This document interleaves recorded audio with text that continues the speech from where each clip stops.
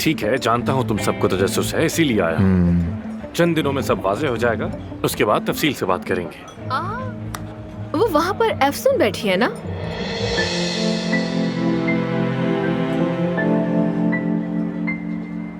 और उसके साथ अली बकाकची है। चुप रहो ना। क्या कर दिया मैंने?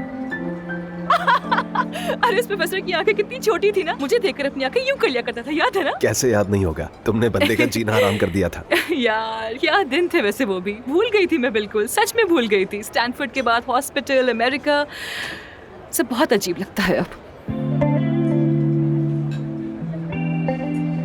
तुम्हें याद नहीं आता वो? नहीं, याद नहीं आता। तुमसे ये तवक्को नहीं कर सकता। और तुम उस यूनिवर्सिटी की सबसे कामयाब तरीन सर्जन्स में से एक थी, बहुत पुरजोश भी थी और इंतहाई बासलाहियत भी थी। तो फिर अचानक ऐसा क्या हुआ कि तुमने सब कुछ छोड़ दिया?